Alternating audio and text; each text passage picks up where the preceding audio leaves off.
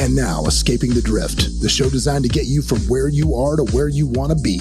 I'm John Gafford, and I have a knack for getting extraordinary achievers to drop their secrets to help you on a path to greatness. So stop drifting along, escape the drift, and it's time to start right now. Back again for another episode of Escaping the Drift. Got a good one for you today, guys. Got a great one. This is an interview I was supposed to do a long time ago, and for whatever reason, we just kind of couldn't put it together. And I'm so tickled that I got the opportunity to put this back on the books today. So today with us, I'm going to give her a little intro.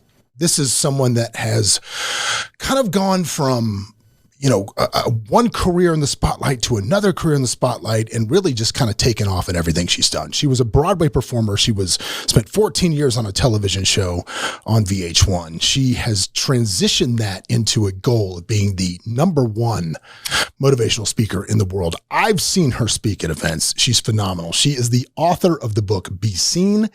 She is Jen Gottlieb. Hi, Jen. Hi. How are you? Was that thorough enough? That was great, except you aged me because I definitely wasn't on the show for 14 years. You were? I thought you were. Well, then I would have been on it for when I was a kid. That's true. That's a good point. It'd been like the Mouseketeer Club. About 5 years. 14 seasons. 14 seasons. That's where you got the 14 from. See, that's what I do. It was 14 years in television time. Right. But in 5 years of reality. Exactly. Like, for example, when I was on The Apprentice, a week was 3 days. It compresses. That's how it works. 100%. That's how it does it.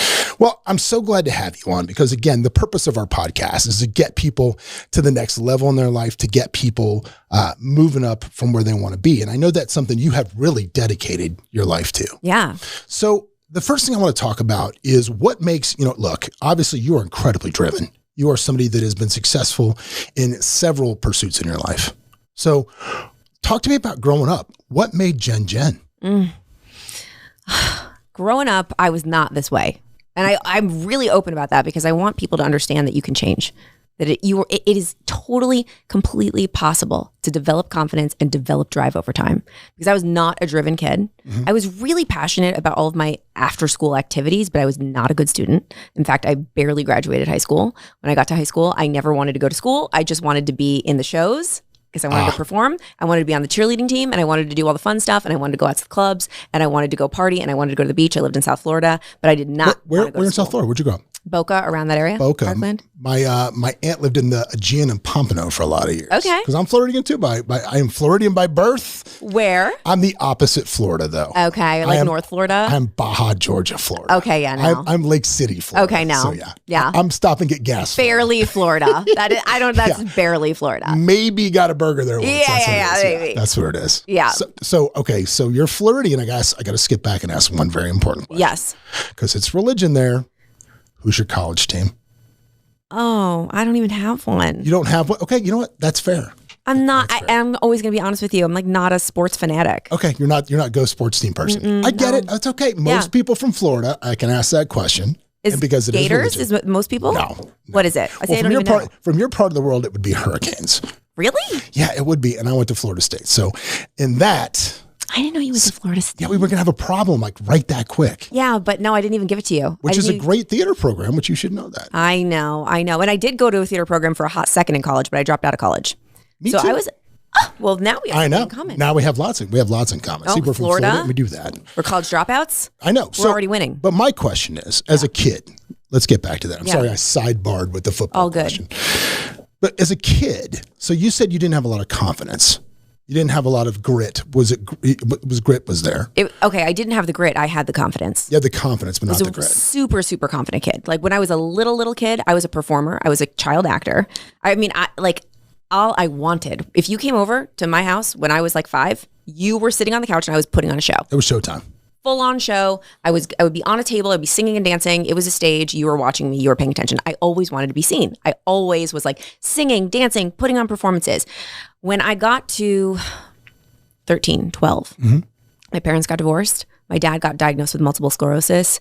My whole perfect little world that I had, because I had a really tight family unit. I came from an upper middle class family. Everything was good. Yeah, I could do anything that I wanted. I was Jenny. My family was always you're so special. You're so wonderful. And then it all kind of started to crumble. Yeah, and I rebelled in a really big way, and I got angry. And I think that came out in a lot of different ways. And not wanting to go to school and not wanting to do that whole thing was a big part of it.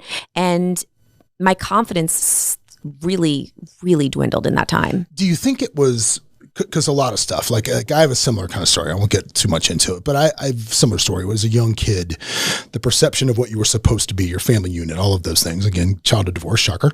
But I think what happened was, for me, was it damaged me because the self-image that I had, I thought how other people saw me was now different. And that affected me in a way. Was there some of that? Did you feel some like letdown as the outside, because you were such a performer? Yeah. So it was obviously the approval of others, the opinions of others were very important to you. And all of a sudden now your perfect world shatters. And do you think that the other people's probably non-existent judgment, to be honest with you, at that age affected you? I think what happened was I was so used to getting all of the attention from my parents. Like, you're amazing, you're the best, you're the greatest. Oh my gosh, look at Jenny go. And then all of a sudden the attention wasn't there anymore because the attention was on their issues, as it should have been, right? Because that's what happens when families get divorced. And I think I was looking for it in all the wrong places. So I suddenly got really, really into, how can I be cool in middle school? How can I be like fit in with the cool girls? And I started really just doing everything that I possibly could to remove who I really was and dress and look and act and speak like all of these girls in school, so that I could be liked by the boys, so that I could feel included, so that I could get attention. And that meant not being my weird out there performy self. That meant like putting on all this makeup, and I developed a serious eating disorder and like skipping school and doing all these bad things because I was like, oh, I should be this way to fit in. And I went down a really dark path. Unfortunately, I think a lot of young girls go down during that middle school time, to feel included and to feel seen by the people that mean the most to them in their life. And because my parents were doing the best that they could, they did the absolute best that they could. So I don't blame them for this. But there was a lot going on. And so I tried to get my attention from other places. And I lost myself and I lost my confidence during that time. Did your parents, and again, all of our parents did the best they could, especially growing up. If you grew up in the 80s or 90s, like there was a whole nother level of doing the best you can. A whole nother level. But, and so my question is, do you think that your parents would have done, and obviously hindsight is 2020, but do you think it would have been better for you had they spent more time, instead of giving you the attention and the approval that they were giving you, working to develop that within yourself? 100%. I think they were trying to get me to develop it within myself, but doing it in the wrong way. Like, you're so special, you're so great, you're so great, instead of having me figure it out myself. Like, I was able to quit anything I started. This is an interesting, actually, I'm really grateful that I had all these different experiences when I was a kid, and I went from one thing to the next because they all kind of come into play now in the thing that I do today. But here's a great example. So I was a competitive gymnast. I was a almost black belt in karate. I was a equestrian jumper. I was a dancer. I did all of these different activities, but the second that I was like, I don't want to do this anymore, I'm over it, they'd be like, okay. Was it that you decided it was too hard, or you just got over it? I just got over it and I just moved on for whatever reason. I remember karate I didn't think was cool anymore. I thought it was nerdy. And so I spent like years becoming a really great karate person. I was good. And then one day I just didn't fit. And one day I was like, this isn't cool. Like, this is nerdy. So I don't want to do this anymore. And then everyone was just like, okay, that's fine. So I didn't develop my grit then. I definitely didn't. Do you think that became a habit? When I was a kid? Probably. Quitting. Quitting. So my question is, like, I think a lot, one of the smartest things I heard somebody say in a really long time was they were talking about integrity. And they were saying that, you know, if a lot of people would define integrity as doing what you say you will do, right, to others. And the reality was it's not really true, because there's a consequence if you don't do what you say to others. So there's a driving force outside of your internal goodwill. And what it really means to have high integrity is to not break promises to yourself. Yes. And I thought that was so, I was like, whoa, that's a write down from the audience kind of thing. That's going to scribble on the hand. I thought it was amazing. And so the question becomes, and I find this very interesting, because a lot of people, I think, that are, you know, going to reach for my book when it, you know, comes out and are looking for those solutions externally for why they're stuck in life or why they're at a place that isn't going somewhere. I think a lot of it has to do with breaking promises to themselves. 100%. So I say, and I have an entire section on confidence in my book. Confidence comes from consistently sticking with the commitments that you make with yourself. Because every single time you tell yourself you're going to do something and you don't follow through, let's say you say you're going to get up at 5 o'clock in the morning and go to the gym. Okay? You say you're going to do it. You set that intention, you set that goal, you commit to yourself to that. And then you wake up and you don't do it. You're actually telling your subconscious mind that you can't trust yourself to follow through with the things that you say that you're going to do when things get hard.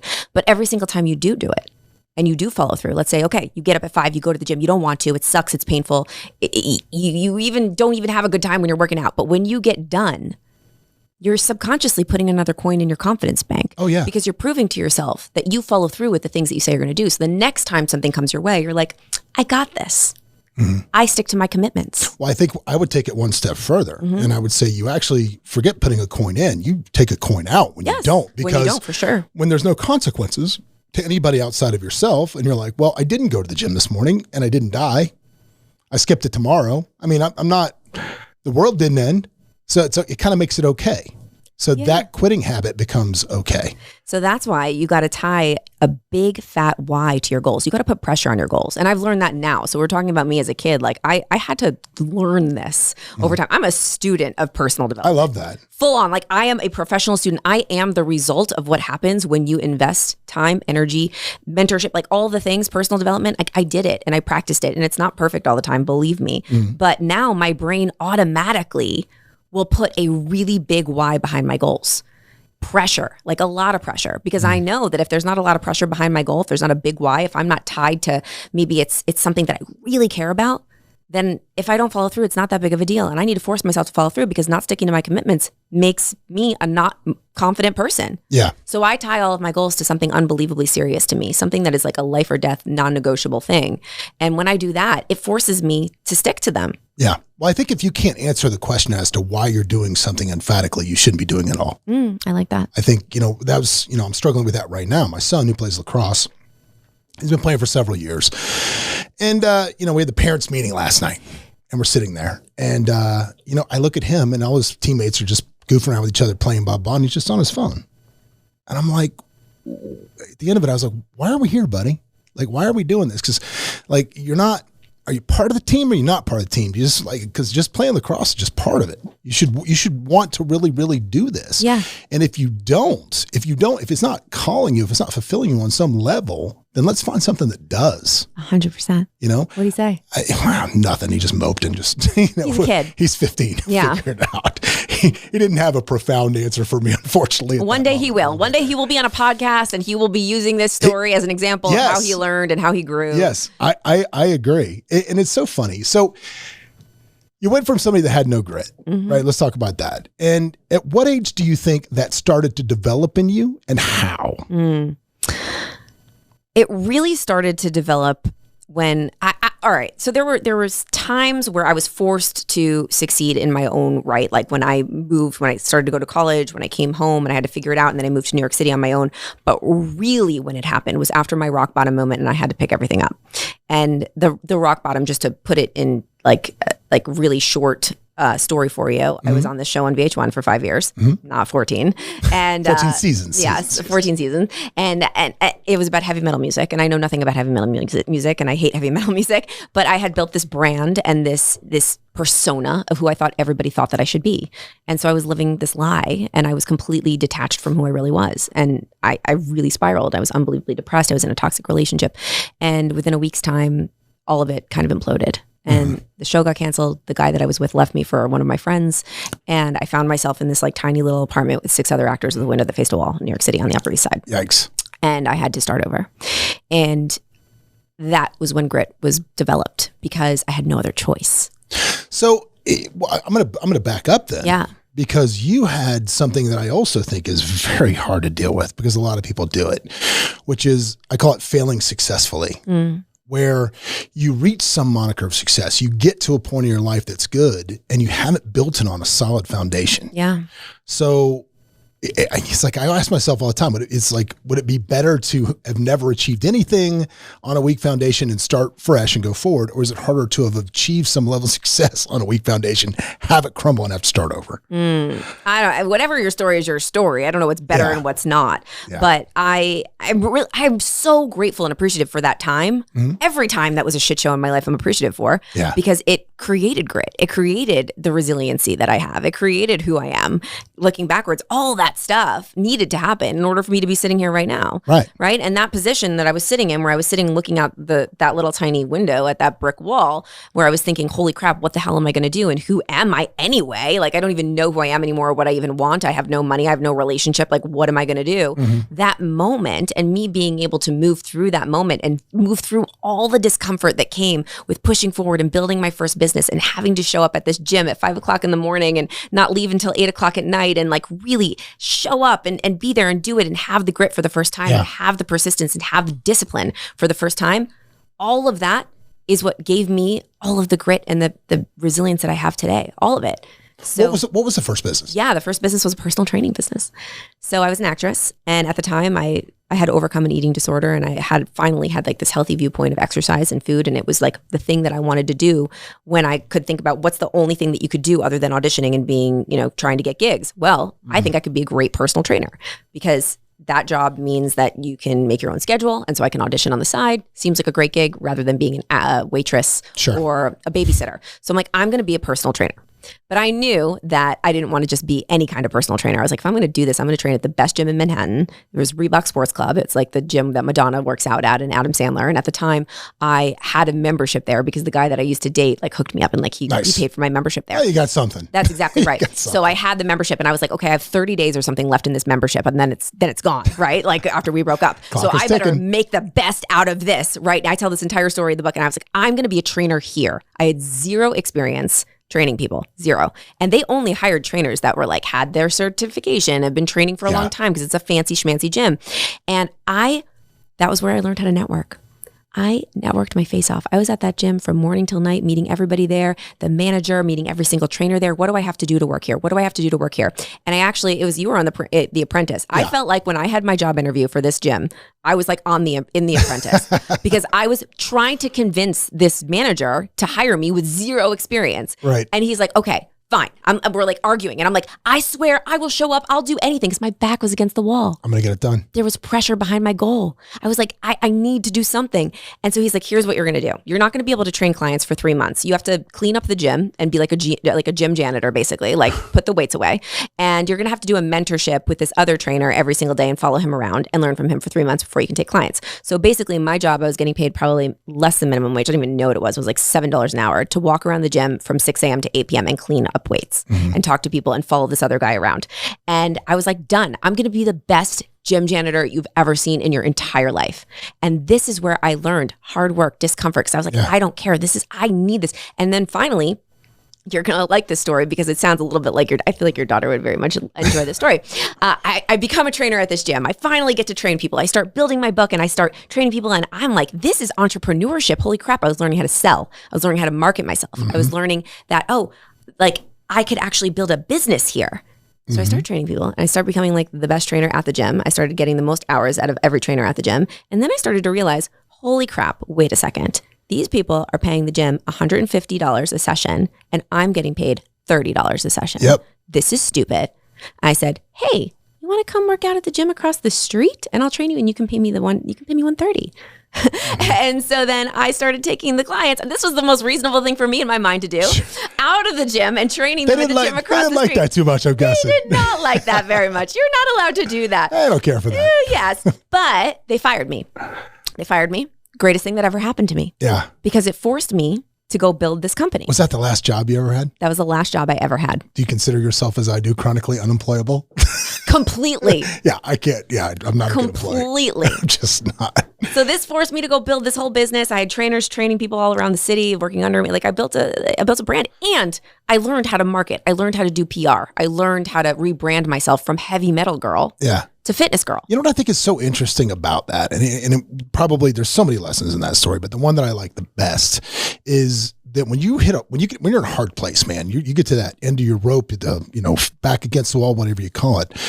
The first thing you got to do is kind of take an inventory of your assets. Like, what do I have that I can turn into something different?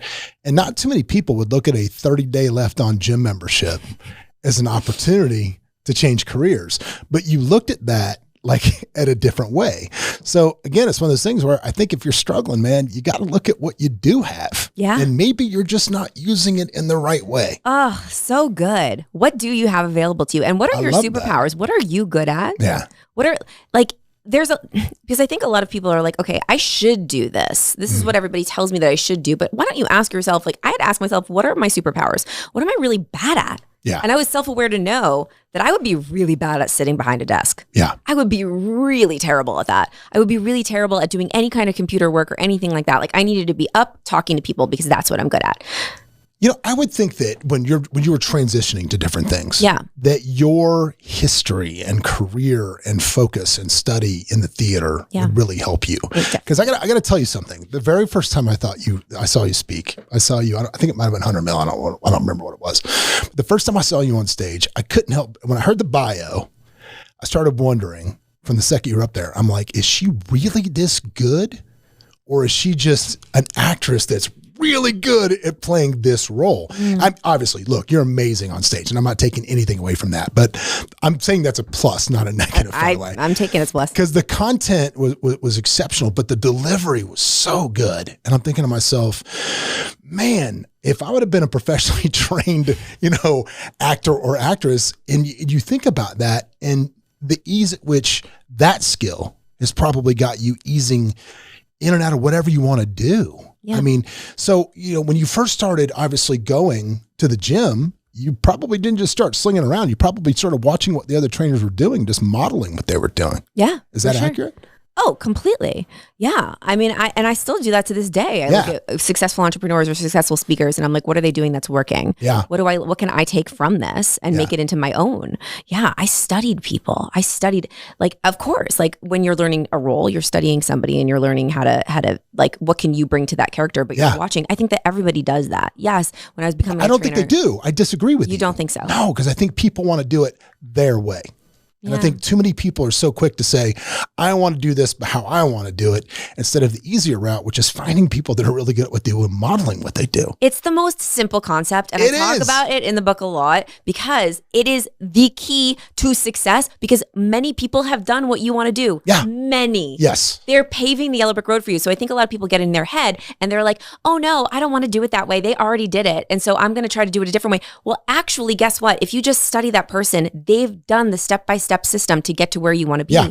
If you follow it and make it your own, bravo. Nothing's completely original. Everyone's already planted the seed for something else. Right. I was just watching that BlackBerry movie. We started watching it yesterday.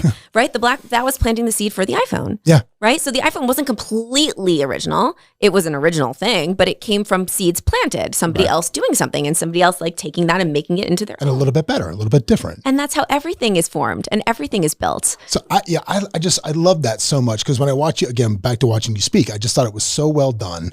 And like, I'm in a place now with what I do when I speak. It's like I was watching Erwin McManus speak not too long ago. I could not tell you anything he said because I wasn't paying attention to what he said. I was paying attention to how he walked, how he paused, how he pointed, how he inflected on the words. I was studying him on stage in the same way that an actor would study a role. Mm-hmm. And I thought that was great. So I think it's almost unfair because you're so good at that. And I think that was definitely an advantage you had.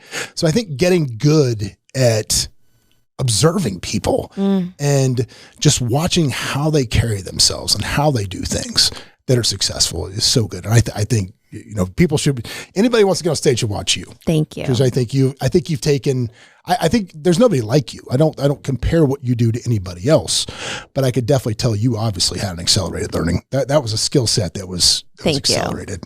Yeah. And I love it so much. So I'm obsessed with learning about it. Yeah. And like for whatever it is that you're doing, whoever's listening to this, like you're going to know like what you're going to succeed at by just if you enjoy the shit out of it. Yeah. When I'm like practicing my keynote or when I'm on stage or when I'm learning about speaking or I'm watching somebody or I'm like, I am so in the pocket that time stops for me. Yeah. because I love it so much. And I can tell, like, even right now, like, you're doing this podcast, you love this shit. Yeah, I do. Like, this is like time has stopped for you. This is not hard for you to do. And so for me, speaking is like, that's my jam. It's what I love. So it feels easy for me to learn about it. Like, it doesn't feel hard. Like, if you were to ask me to go sit and learn how to do use a CRM and like all that fancy schmancy stuff that my marketing team does, it would feel like the most painful thing in the world. And I wouldn't want to do it. And I wouldn't want to learn from people because I don't like it. So think about the thing that you really love to do. This is like the person that's listening. That's like, I don't know what to do. I don't know what my purpose is. What do you love to do? What are your superpowers?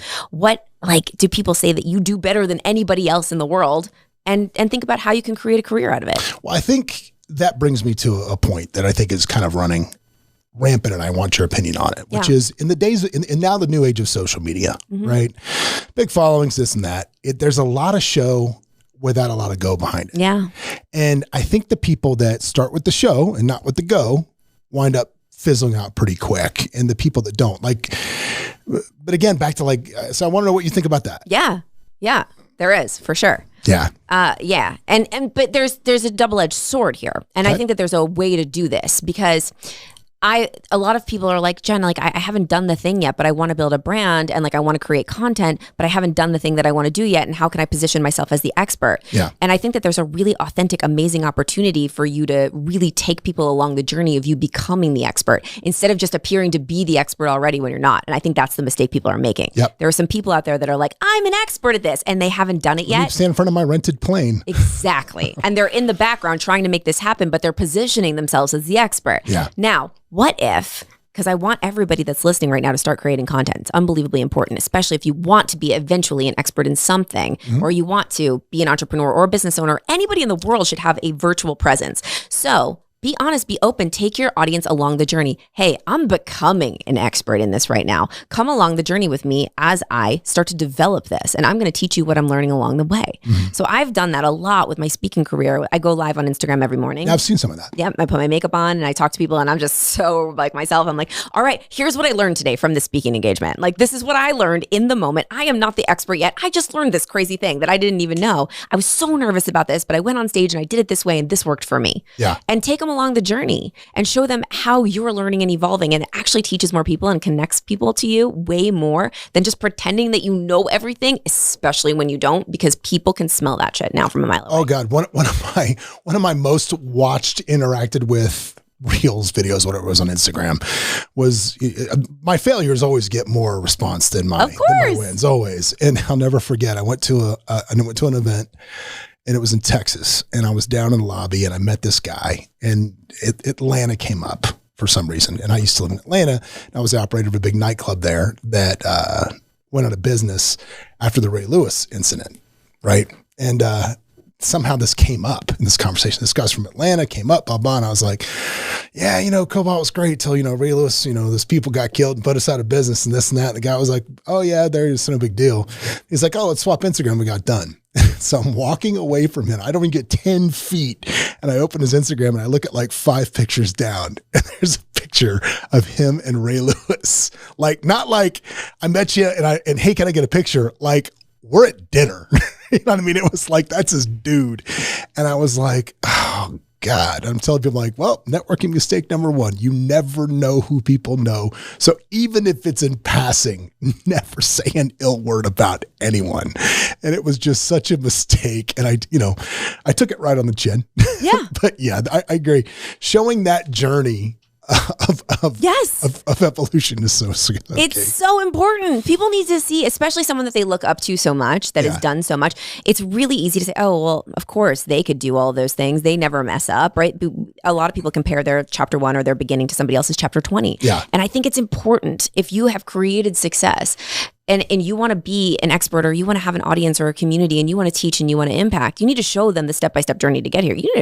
Like in that book, I talk about all my face plants and my failures. I want you to know that, like, and look, I didn't start out with all of this grit. I didn't start out with all of this confidence, so you can too. And I think it's a scary world that we live in right now, where you can open up social media and like everyone's got a highlight reel. Oh God. right? It's like everyone's just showing everybody the final product. And that's okay. That's what social media is for, right? To showcase the best. Like, we're not going to get online, most people, and say, I just got in the biggest fight with my spouse. No one's going to do that. They're going to post the beautiful photo of you and your spouse. Well, it's what somebody said, when you see the fall holiday couples photos, divorce the next 6 months. Okay, wait, let me tell you a fun story though, because I am not on that path anymore. No? I am over that. All Wait, right. this is important. Okay. So I'm married to my business partner. Chris Winfield's my husband, and we do business together, That's awesome. like everything. And we fight a lot, and I'm very open and honest about this. So we do not have the perfect relationship. I'm madly in love with my husband, but I'm never going to say that we're perfect. That's just ridiculous. Sure. But a lot of people do. But anyways, so we went to this fancy dinner this one night in the city. It was a couple weeks ago, because like we were like ships passing in the night for 2 weeks, just traveling and speaking and everything. And he's like, I've got this like really amazing dinner planned for us. It was like this great date night. I was so excited about it. And we get all dressed up and we go to this restaurant and we take a photo before we go in, a really gorgeous photo. We're like, can't wait to post this, right? Yeah. We go into this restaurant, and halfway through this 8-course tasting, I don't know, I said something, he said something, we get into a fight. Okay. We're stuck. We can't get out of this argument. Yeah. We're fighting at this restaurant and we are just hating each other, and we're just like arguing about it. We can't snap out of it. It's just not happening. We leave the restaurant in a fight. We get in the car, we go home. We finally work it out. Okay. Yeah. We come to the other side. The next morning we're fine. We've overcome the fight. And my husband goes, will you send me that cute photo so I can post it? And I go, I will only send you this photo if you tell the real story. Yeah. This was 10 minutes before we were furious at each other. Okay. I was like, you promise? He's like, yes. And he wrote a post. He's like, 1 picture, 2 stories, right? Yeah. And it was like what we wanted the night to be, what the night ended up being. And this photo was a picture of 10 minutes before we got into a huge fight. That post got so much more engagement than loving life. We had a great date night. And I think that that's important. So many people were like, thank you for being real. Thank you for sharing what really happens, because most people are having lifey stuff like that happen, whether it's a fight with your spouse, or maybe your kids are driving you crazy, or maybe you had a failure in business. That's what's really happening. And if you open up social media and you just see everybody's perfect, final, beautiful, filtered photo, then you start to feel very alone in the shit that's happening. Yeah. And I think it's important to connect and say we're human too. Well, I think, God, I got to tell you, I catch myself doing that sometimes when you're like looking through and you're like, how in the world is this kid making $200,000 a month online? And then 6 months later, they're like in jail or something else. Exactly. We all do it. You catch yourself like, I don't understand. Yes. And then you can start to feel bad. Like, I'll open my phone and I don't even realize I'm doing it. Sometimes I open it. It's like, 15 minutes later, it's like my thumbs just did it. I didn't even know. And I was just scrolling. I had no idea I was doing it. And then 15 minutes later, I start feeling bad about myself. I'm like, why did I just do that to myself? Dude, I've gotten to the point where I told my wife, like, I think I need therapy. I think I had this need for people to think I'm important. I don't understand what's going on. She's like, you need to get off Instagram. Yeah. That's what you need to do. Well, you just need to scroll with caution. Yes. And understand and know this. I think it's an important conversation. I'm glad we're talking about it. Yeah. So you just know. So for me, I have a very strict rule with myself now. I create before I consume. So no matter what, if I'm opening social, it's because I'm creating something. Yes. Whether I'm creating a connection, so going to connect with someone specifically, to comment on their post or to DM them or to make a relationship happen, or I'm creating content. Yeah. I'm doing that first. And then if I'm scrolling, it's intentionally. Dude, I talk about that all the time. That, we are so consumed as a society. I'm telling me to use the word twice, but we're so consumed with a society as to what we consume into our bodies, right? Right. There's fat shaming and there's, you shouldn't eat fast food, you shouldn't do this. But there's so little thought to what people consume with their brains on a daily basis.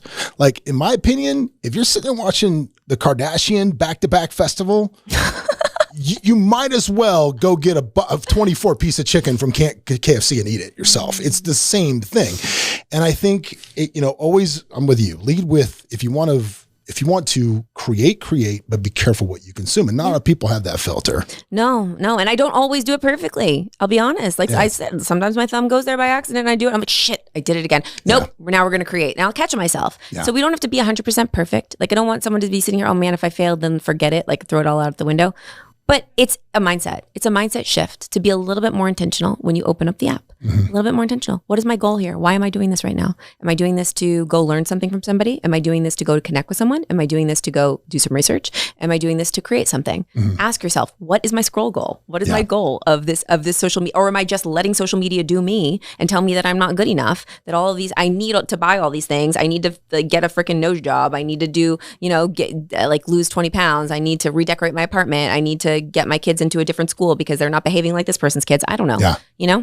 I think, it's funny how manipulative social media can be. And I think you have a stepdaughter and I have kids and you're always so scared of the time they spend on those apps, just mindlessly scrolling. And, this summer, one of the good things that happened was I try to get my kids good internships every summer. And this summer, the guys over at V-Shred, I don't know if you know them or not, I've ever met them.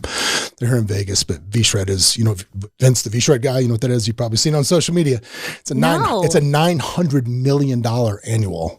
They take $900 million annual on a fitness app. Wow. It's crazy. Well, I'm going to look it up after this. Dude, it is bananas how good they do. And they were nice enough, Nick and Kevin, to take my son in. Nice. And he spent all summer learning about funnels and copywriting and everything else. Amazing. And how manipulative that stuff can be and why you want to be manipulative with it. And so I think it gave him such a different frame of reference that other kids don't have. Yeah. This is on purpose. Everything you're seeing is on purpose. Yeah, definitely. But social can be an amazing, amazing tool as well. So we don't want to totally downplay social media. Well, it's so important. It's so important to have a brand. Let's do this. Yeah. I'm going to get to that, but I do want to talk about the book. So the book Be Seen. I'm going to hold it up so you can see it. Be Seen, available in all your bookstores on Penguin Books, which was very impressive. Hay House. Is it not on Penguin? Penguin Random House and Hay House, I think. It's the same thing. Yeah, same thing. I saw that. That's impressive. Thank you. That's good for you. Thank you. That's great. But the book, you broke it down into 4 different parts, right? And the first part, you talk about being courageous. And I think we've talked about a little bit of that at this point. So I think the first step, and I think part of what you were trying to say in that, is being honest with yourself and having an honest conversation. So what are the steps someone should take if they need to have an honest conversation with themselves? I love this. And I love that you remember that it was be courageous. And I love that you're this is the same path that we're on right now so in order to be seen, you need to see yourself for exactly who you are. And the only reason that I know this is because I didn't for a very long time. And I think it's really tapping in and being self-aware enough to know, am I being seen as me? Am I living a life that I want for myself? Or am I living a life that everybody else told me that I should have? Am I showing up as a person that I know that I am in my gut and my core? Am I showcasing that to the world? Or am I showcasing this masked version of me, the version that my parents wanted me to be? Sure. Right. And I think that the first step is really tapping into who you were when you were a really little kid. And I talk about that in the beginning of the book of setting the scene. And I like to go, when I first started reconnecting with what I call her real Jen, the real Jen, the little girl that if you came over when I was 5, you were going to see a show and I was going to be real Jen and I had frizzy hair and I had a belly that hung out and I didn't care and I was wearing a big Chicago Bills t-shirt and I was just singing and dancing Michael Jackson all over the house and you would have to watch me. And that girl, no choice. No choice. That girl did not give a crap about what anyone thought of her. Right. She did not care. She was completely unapologetic. And who is that girl's in us? That little boy is in you, whoever that was for you. I'm sure he wasn't real Jen. He was your own. Oh no, version. dude. He was running around the backyard. There you go. In North Florida in a Tarzan bathing suit. Yes, he was. With a plastic knife, as my sisters love to remind me whenever they can. Right? He didn't care. He was like, I might wear the Tarzan. She got me motivated. I might wear the Tarzan tomorrow. I don't know. That should be your Halloween costume. No. So I want to tap back into her because the decisions that she would make, if I asked her, what should you be doing right now? She would always tell me the thing that's most aligned with my truth. And then I believe that when you're in alignment with your truth and who you were meant to be and where your heart is and what you really love, you will succeed because you love it. And it's who you are. And it's your secret sauce that you were born with, but we lose it when we get older. So you want to reconnect to that little kid. So what about again, trying to reconnect with yourself is your true self. Yeah. What if you are not in alignment with what you believe your true self to be, you're projecting to the world and what the world really sees? Yeah. That's where I was for a long time. Yeah, I think there's a lot of, I've been there. Yeah. I think there's a lot of that. Yeah. You got to be courageous enough to let the world see you. And it's not going to happen overnight because it's a scary thing. But I teach the confidence continuum in my book, and it's really how you create momentum and confidence over time. And it all starts with that one scary action step. So let's say, your real authentic true self like really loves, let's give an example, like really, really, really loves knitting. Like you are obsessed with it. You were obsessed with knitting since you were a kid. You don't tell anybody that you like to knit. You're secretly like following all these knitting Instagram handles, and you would love to create a brand all around knitting, but you are so scared to do that because of what everybody would think of you, because that is opposite of what you've been like showcased as on the internet. Okay. So what I would do if I were you is you got to take that first scary action step. And that takes grit, that takes discipline, that takes sticking with the commitment you make with yourself. It's going to be scary. It's going to suck. But you got to remember that discomfort is temporary and the growth that comes on the other side of that is permanent. So you got to just be okay with being uncomfortable, and you got to do that first action step. So the continuum starts like this. Okay. You take action. So let's say you're scared to be seen. You're scared to do a live on social media. Let's use that as an example. Wow. Everybody listen. Now this is action steps, because like this is tactical. If you're not actually like, who was it? Cole Hatter said that education without action is entertainment. Oh, yeah. All right. So I want everybody to listen. And this is a tactical step. Right, love Cole. So you're going to take that first action step. So let's say you want to start talking about knitting for the first time. So I would say go live on Instagram and talk about it. Okay. So you're petrified to do that? I don't care. You got to do it with fear in the passenger seat of the car. So you say, fear, shut up. You're going to come with me. I'm not going to be fearless. I know I'm going to be afraid. It's going to come along the ride. You press go live. You just do it. Maybe 2 people show up. Maybe it's not that good. Whatever. You do it. But when you get to the other side of that live, you get a little dopamine hit. You get a win. You celebrate yourself. And that's where motivation comes from. It comes from winning. It doesn't come from visualizing. It doesn't come from somebody inspiring you. It comes from doing the act you're afraid to do. Sure. And then getting the win. All right. So you get that little win from that action step. That little win then takes away a little bit of the power that fear has over you. Because then when the next day comes, you're a little bit more confident to go live again because you already did it. And you know you didn't die. You did it. And now you're going to stick to the commitment you made with yourself because Jen and John said that you're supposed to do that. That's right. And you go and you press live and you do it again. Now, the second time, you get a bigger win because the second time, maybe 6 people join. And the second time, somebody DMs you after and they're like, oh my God, that knitting video, I loved it. I connect so much because I love to knit too. Thank you for showing me that. Do you have any more content? Whoa. Okay, I got a big win. Whoa, that gives me a little bit more motivation, a little bit more momentum. Then I've got a little bit more motivation to do it again. You build a little bit more confidence. You do it again. Okay, now you're live for 10 minutes. Now 20 people show. Now someone asks you, hey, do you got any courses online about knitting? Sure, I can create that. Momentum starts to build. Momentum. That's the confidence continuum. You get the momentum. That's how it works. I love that. Well, you kind of led into the knitting thing because the second section of the book. I don't know why I picked knitting. I don't know, but it rolls into be creative. Yeah. So was that a segue? You just segued right into part 2? Or we could pretend. That would be pretty cool. We can pretend it was. When you talk about being creative, obviously at this point, we're not necessarily just talking about building content.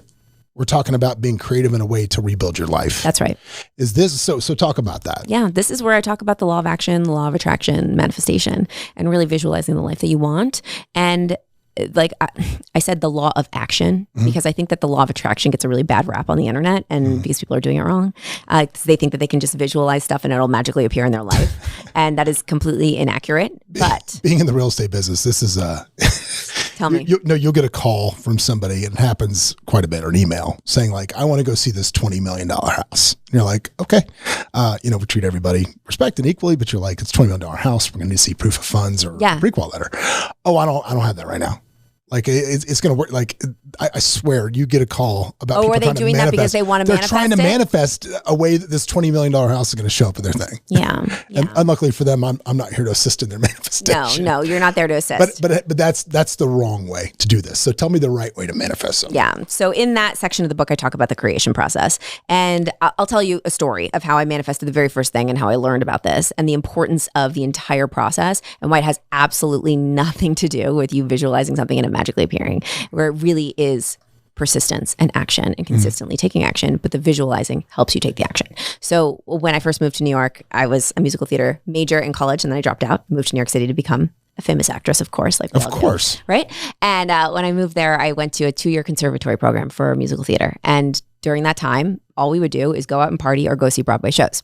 And one of the Broadway shows that I went to go see during that time was The Wedding Singer. Okay. The Adam Sandler, Drew Barrymore movie turned musical. Okay. And I sat in the back of the theater, and all of a sudden, 15 minutes into the show, this character emerges. She is wearing like this Madonna, like a virgin costume, like wedding dress, and there's like a smoke machine, and she's strutting onto the stage. And this character was Linda, the bitch that leaves Robbie Hart at the altar. Yep. Yeah, she's like the bad girl. And I don't know why, but I was like, this is my role. Yeah, that's me. I'm going to play this role. That is it. God came down and said, you are going to play that role. My friend looks at me. We're sitting in the back row of the theater. We couldn't be further from being on Broadway. I'm like, I'm going to play this part one day. And he's like, okay, sure. And at that time, my mom had given me the book, The Secret. And she's like, you should really read this. I'm like, sure. Whatever, Mom. I put the book under my bed. I'm like, I'm not reading this. At the same time, right after I saw that show, I was watching TV and I saw that Oprah was talking about how she manifested her role on The Color Purple. Right? I've seen that. Yeah. Right? And I'm like, okay, if Oprah can manifest, what if I did an experiment? What if I experimented with this and saw if it really worked and I could manifest Linda in that role? And how did you do that? Okay. So every single night before I went to bed, I started visualizing myself playing the part. And I believe that the subconscious, actually, this is actually the Power of the Subconscious Mind is a really powerful book that I think everybody should read. But the subconscious mind doesn't know the difference between a real memory and a fake one. Mm-hmm. So I started implanting this fake memory, and I would visualize myself in the costume, singing the song, seeing the audience, feeling the light on my body, like actually being in that moment. And I did it every single night. And what this did was it slowly started to make me feel like this was actually my reality. And so then I started to go into school and I started to perform the Linda music for my teachers, and I would practice it every single day because I was like, this is mine. I'm Linda and the wedding singer. And I started to declare it to everybody, even though everyone thought I was absolutely crazy. And what this did was it didn't make anything magically come to me, but it made me notice the opportunities and step into them with less fear. So when I saw the audition for the show, I was like, oh, yeah, my costume's ready. I'm ready to go. Finally. Yeah, finally. Where's this been? Walk right in, sign my name. I'm like number 532 out of like there's 531 other girls that look just like me, wearing the same thing as me, right? And we're singing and dancing all day. It dwindles down to me and two girls. Oh, it's actually me and one girl. There's two of us, and we're battling it out. Okay, and not like did you give like weapons or just? No, I'm kidding. No, they could have given us weapons. It would have been a really beautiful analogy for what was happening. And then they're like, okay, we'll call you. And I find out that I didn't get the part, that she got it. First rejection. But you want to know something? Because I had reprogrammed my brain, I was so freaking sure that this was mine. I was like, okay, I'll just figure out a different way to get it. I wasn't upset. I wasn't discouraged. This is where I learned, like, this is how resilience is built, by really believing that it's yours and tricking your mind. So I did some really crazy things to get this part. And one of those things was, I was like, you know what? I got to get in the room with that director again. So I saw that he was auditioning a different show, Footloose. I'm going to sneak into the Footloose audition wearing my Linda costume, and I'm going to sing the wedding singer music for this guy. Big no-no in the entertainment world. Like, you can't do that. But I was like, I don't care. I have anything that it takes. So I go, I sing the song. The guy comes up. The director comes out of the audition room. So wait, real quick. Why is that a big no-no though? Why? Why are you singing the wrong musical? It's just You're crazy? Just not supposed to do that. It's just crazy. I'm going to tell you a funny story. Just keep going. Okay, I'll finish and then I want to hear your story. So dog ear that one. Keep going. So he's like, here's my card. We're not casting wedding singer right now, but when we do, I want you to call me. Nice. This is when I learned how to follow up. Mm-hmm. Right? In business, we need to follow up. Yep. We need to follow up. I followed up with this man for 6 months, once a week. I had nothing to say to him. I was just like, hey, just checking in. Here's a picture of my dog. Yeah. Like, you know. Remember me. Remember me. Finally, he brings me back in like 6 months later. I do the whole process again. And then finally I get an email and they're like, congratulations. And I'm like, holy crap, this is happening to me. And then I scroll down to the agreement and it says, you're going to be the Linda understudy. Oh. I still didn't get it. So then I had to go and rehearse this show, watching another girl play my part, going back to FOMO, comparison, right? Like learning from other people. So this is actually tying back into the beginning of our conversation because I had two options here. Mm-hmm. I could either let this girl completely tear me down and actually hate her and not like her and be pissed off, or I could understand that she was actually paving the way for me. And if I could study her and learn from her, she was teaching me exactly what I needed to do to crush it. Yeah. So I studied her and I watched her every night in the wings. I actually wore a fat suit in the show. I was the fat lady in the show in this one number. And I was sitting there in my fat suit watching this girl. And when I got my moment to play that part, you crushed it. I crushed it. A few weeks later, I got a call. We want you to be Linda for the tour. So this was when we were putting up the show for 2 months and we went out on tour with the big costumes and the big sets. And when I played that part for the first time in front of an audience in the same costume that the actress wore on Broadway that I watched years before, the scenery that I saw was exactly the same visual that I had done in my head. Exactly the same. I walk backstage, I collapse on the floor. I say to myself, oh my God, anything that you want, you can create. You can just make this happen. But here's the thing. It wasn't because I visualized it. It was because I kept taking action again and again and again. And I was unbelievably persistent and I didn't take no for an answer. And I kept going until I got it. The visualizing helped make it easier, but the action was what made the goal a reality. Yeah. That is my view on the law of attraction. Get the action behind it. That's awesome. Do you keep mementos from like failures in your life? Oh, yes. Wait, I have the best. And then I want you to tell your story. You want to know? I'm going to show you a memento when we're done. I want to see. Awesome. I have an album in my phone full of rejection emails. I screenshot them. Every time I get rejected, I put them in my album. It says rejection emails. And I read them like every time I was rejected. I have a lot of these little things that I keep and people are like, well, what is that? And it's normally just the end of a terrible story. It's what it is to remind me not to do it. The reason I asked about, you said don't sing as it goes, because when The Apprentice was over, I get a phone call from a casting agency in New York. And they tell me that David Flabat, who is a very famous sitcom writer, he wrote Will and Grace and a couple of other things that are very famous, had a new pilot, and he saw me on The Apprentice and wanted me to be in the pilot. No, right? That's amazing. Yes. So I'm like, okay. And they're like, we're going to FedEx you the script. We'll FedEx it down, and then we're going to fly you up to New York to read. I've never done anything like this. I was in a play. I was a star of a play when I was in like 7th grade. That was it, right? That was the whole thing. But I'm like, okay, I'm going to go do this. So I called my buddy who kind of knows something about that. He's like, who called you? And I said, well, these people. He goes, they're legit. Like, that's a real casting agency. Like, yes, you need to go do it. So they fly me. They send down the script. I open it up, and they want me to read for the lead, which is a Goody. Goody's Place was the name of the thing. Right. This is amazing. I know. I wait to hear how terrible this goes, though. So send me the script, and I open it up, and I open the script, and I'm reading the characters. I'm reading the script, and it says, in walks Goody, and it describes him. Mm-hmm. And it says, middle-aged, slightly overweight, boyish good looks, but by no means man candy is what it says. And I'm like, holy shit, that's terrible. And I'm reading like a couple of pages down, and in comes his cousin, Vincent, where it says, tall, loud, think Vince Vaughn from Swingers. Now, at that time, if I had a nickel for every time somebody, like literally after The Apprentice, I go on Good Morning America because you do the tour. Yeah. Right? I don't want to talk about The Apprentice. I just want to talk about how much I look like Vince Vaughn. You do. That was it. And sound like him. All right. So anyway, I traipse my little self up to New York. I walk into the casting director's office, and I walk in and I say, I believe there's been a mistake. And they go, what?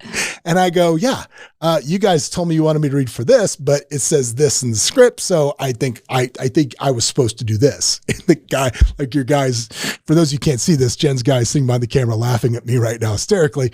And literally just like you right there, the guy goes, just kind of looks around the camera like this and kind of stares at me. And he goes, you can read for whatever you want.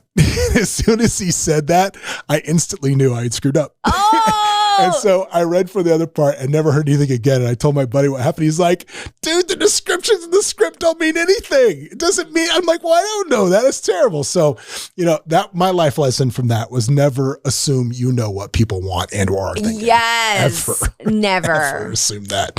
So yeah, I keep the script in my office to remind Do you? That's so good. I got it in there. David Flabat. What could have been? Goody's Did it become a show? No, thank God. It didn't go, because you can imagine. It had like the people that were already cast in it was like the guy that played Big Pussy in The Sopranos. That guy. He was going to be like the uncle guy. And then there was somebody else that was somewhat famous. I don't remember who it was. It was already cast in the show. But I don't remember. But thank God that didn't happen. So let's move to the next chapter, the next section of the book, which is Be Visible. So we've got ourselves kind of reset. We've decided to be creative in how we're going to change ourselves. How to become more visible, Jen? Yeah. How do we do it? Well, hold on. You missed one. We're not going to talk about it. Yeah, be connected. Oh, be connected. But we did miss be connected. But we can connect both of those because it's important. Okay, it's good. part of being visible. I like that. Okay. So it goes be connected and be visible on purpose because here's the thing. A lot of people want to build brand. And I think a lot of people that are listening to this know the importance of it because they're watching you and they see that you have become unbelievably successful in your brand and you're helping a lot of people and it's helping build your whole company. Mm-hmm. Unbelievably important. Now, it's hard to build a brand on your own from scratch. It's not easy nowadays, especially with the algorithm, like just to start creating content and hope that people are going to show up and watch it is difficult. However, if I was starting from scratch, this is what I would do.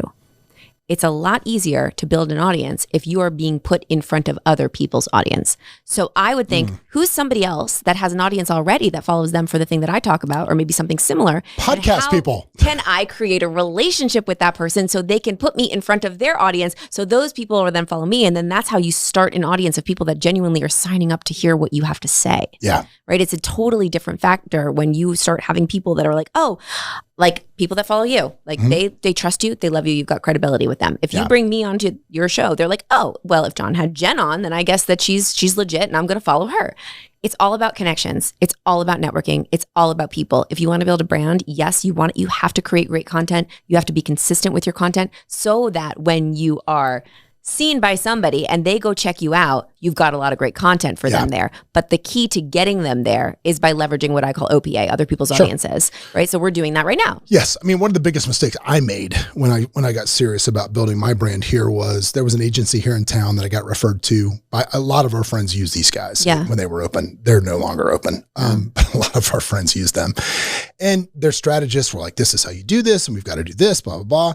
And there was the investment in followers. And that was the thing that I regret the most, because I've been fighting that battle for 2.5 years. And I think I'm finally at a place now where I'm evening out. I'm like, my equilibrium is there. So we've lost, pretty much hopefully all the fake folks are now gone and I'm starting to gain. But here's the problem. When you're losing those fake folks, Instagram's like, oh, this person's not popping anymore. We're not going to show your stuff. So it's hard. So if you're listening to this, and I want to put that out there, do not, for any reason, buy a follower, because it will hurt you in the long run. Who knew, man? Bad advice. I didn't know. In the beginning, like a lot of people were doing that. And that was the advice that people were giving, because listen, that agency wanted to be successful and they knew like, all right, so you're going to get a lot of followers if you listen to what I do, and this is what you should do. However, like, you want to think about what is your goal of building your brand, because sometimes the number of followers doesn't even really matter. No. It's the engagement and it's the quality of the followers. Like, you could have 300 followers, but if those 300 people are obsessed with you and will buy everything that you sell and will engage with all of your posts, that's amazing. Yeah. If I had 300 people that were obsessed with me, I'd be out shooting a calendar to sell them. There you go. Not sitting here talking to you. I don't think I'm ever going to get 300 obsessed with me. Well, not obsessed, but into your stuff. Not that handsome. I'm not that handsome. It's not about the way you look. But clearly, I mean, that show thought that you were, or maybe. Yeah, that's true. But they thought I was. They thought you were. I had by no means man candy. Not man candy. Boyish good looks. Slightly overweight. By no means man candy. I would lean into the boyish good looks part. I'll lean. It's perspective. It's all perspective at this point. It is. So. Back to what we were saying. So, building your network. Building your network is going to help build your brand. Give us some networking advice. Oh, yes. Because people are so terrible at this. Terrible. Tell me, I'm going to give you my secret. Tell me your best things. Oh, wait. I want to hear you first. Okay. Yeah, and I guarantee you that we're similar in our mindset of networking. Cool. I like because we're both people. All right, okay. So, the first thing that if let's say you're going to go to a networking event, like I am actually an introvert. I don't like going to networking events. So I have to gamify it and I have to actually give myself a goal. So I always have a goal when I go into any networking event, and it's like a game I'm playing with myself. So my goal usually is to find the most interesting person in the room and figure out how you can help them.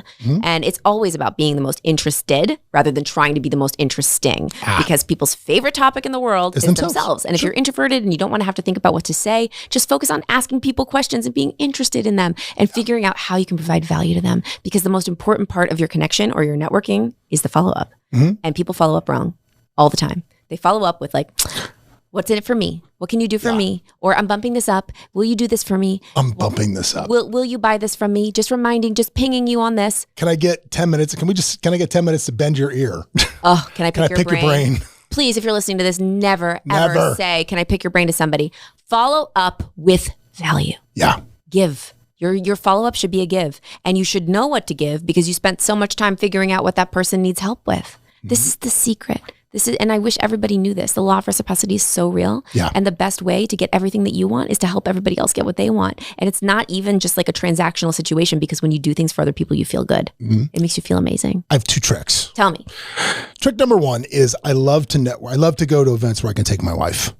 Because every single hand I shake, my wife is sending me a text message with that person's name. Oh, that's powerful. And something about them that I know that I can go back and I never forget. Yeah. So I love that. She's my wingman in that aspect too. I love that. And number 2, when I walk up and I say, hey, I never say, what do you do? Ever. I say, tell me about you. And then they start going to their elevator pitch of, well, we own this company, does this. But I'm like, no. Not what do you do? Tell me about you. Yeah. Are you married? Do you have kids? Where are you from? What brought you here? And people are like, it skips their brain because they're so just in that wheel of let me get out what I do and let me pick up what you do and let me see if there's a connect, blah, blah. But it's so funny to look on their face. It happens every single time I say that. Like you see this, and I've run into people again that I met years ago and they never forget me because people think, in my opinion, the key to being a good networker is to have a great memory. And my opinion is it's more important to be unforgettable than whether or not you forget the people you're talking to. Yeah. And I find that little move to make so good. Someone. And a great way to be memorable and to be someone that nobody forgets is to be genuinely interested in them. Because the person's going to leave them like, wow, that person really cared about me. Well, because here's the thing too. Do you ever do business with people you don't like? No. Right. So if I don't think that we're a good match as humans, well, I don't care what you do. Right. Like I'd rather see that, it's more important to me that you got 2 kids my age than it is that you've got the best widget in the market.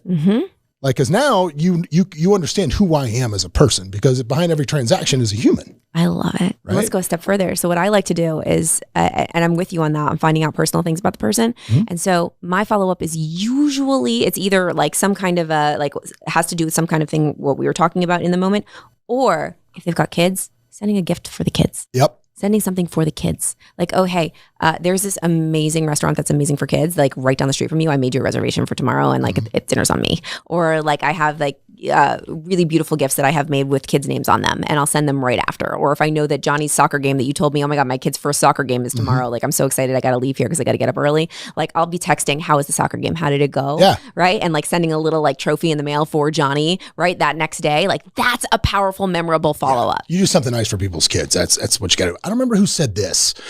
I want to give credit. I'm going to say it was Jimmy Rex, but what was that? Someone knocking on your... Okay, I don't know. We just had a ghost, I guess. Jimmy Rex. Yes, I've got him locked in the room next door. So Jimmy! When he hears his name, he just starts banging on the walls. I'm not sure what that was.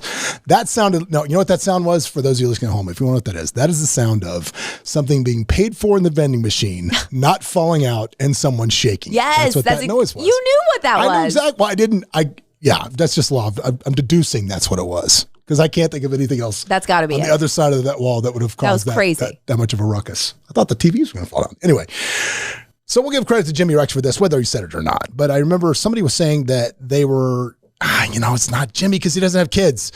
Whoever said this, but they said their kid played like sports, like soccer or whatever it was. Okay. And they had a professional photographer come out and take pictures of their kid while they were playing and said, while you're here, go ahead and take pictures of everybody else's kids. That's cute. As well. That's smart. And then sent these really professional, high quality pictures to everybody on the team. And every parent loved them for that. Yeah. They loved them because it was like, here's something amazing for your kid. And it really helped, connect that way. So I agree with that. There's like, you don't always have to kick in the front door, man, when there's a bunch of windows and a side door and all kinds of other places where you can find an interesting way to get in. Because everybody's trying to run to the front door. Everybody. Extra miles never crowded. No, exactly. I live in New York City, so I don't take the subway anymore, but when I used to, I always loved looking at, there's always an escalator and a staircase next to each other. And the escalator is always 50 people deep, like so many people on the escalator like this, like they're so uncomfortable. The staircase is like completely empty. Oh yeah. It's the greatest analogy of life. Just go up the stairs and they'll be fast and easy and you don't have to talk to anybody or touch anybody. But if you take the easy route, there's a bazillion people there. It's going to be a lot harder. I agree with that, except for one exception. Tell me. Those stairs at Universal Hollywood. I don't know if you know what I'm talking about. But Which ones? There's Universal Studios Hollywood. There's like a mile-long escalator that goes down. There's stairs. Oh, I don't know that one. I run those stairs. They're not fun. No. My kids bet me one time, you can't run up these stairs. I'm like, sure I can. Of course, the end of it, I'm about to have a heart attack when they thought it was hilarious. But, right. What are you going to do? What are you going to do? Temporary discomfort to make your kids laugh. I get it. Well, Jen, man, that's, if you didn't get anything out of this, there's something wrong with you. I think we had a good conversation. Yeah, there's something wrong with you. I think this was jam-packed. Jam-packed with gems and goodness as we go along. But guys, if they want to find more of you, how do they find you? Easiest place to find me is Instagram at Jen_Gottlieb because I'm there. I'm in it. Like I am in the DMs. If you want the book, go get the book. BeSeenBook.com. You can get it anywhere books are sold. October 31st is when it comes out officially, but you can pre-order before then. Hopefully this will come out that'd be great. I love this. This is so great. Thank you. And where are you speaking next? Where can they find you? What events do you have coming up? We've got our Dallas event coming up, Build Your Brand Live, October 20th, 21st, and 22nd in Dallas. Dan's there, right? Dan will be there. Dan's there. Dan's everywhere. Dan's everywhere. He's Superman. He really is. He teleports. He's Superman. He is. It's crazy. I know. It's amazing. All right. Well, Jen, thank you so much. I was so tickled to have you on today. It was worth the wait. It was exactly as good as I thought it would. And guys, we will see you again next week. So tune in again. Take care, guys. What's up, everybody? Thanks for joining us for another episode of Escaping the Drift. Hope you got a bunch out of it, or at least as much as I did out of it. Anyway, if you want to learn more about the show, you can always go over to escapingthedrift.com. You can join our mailing list. But do me a favor, if you wouldn't mind, throw up that 5-star review, give us a share, do something, man. We're here for you. Hopefully you'll be here for us. But anyway, in the meantime, we will see you at the next episode.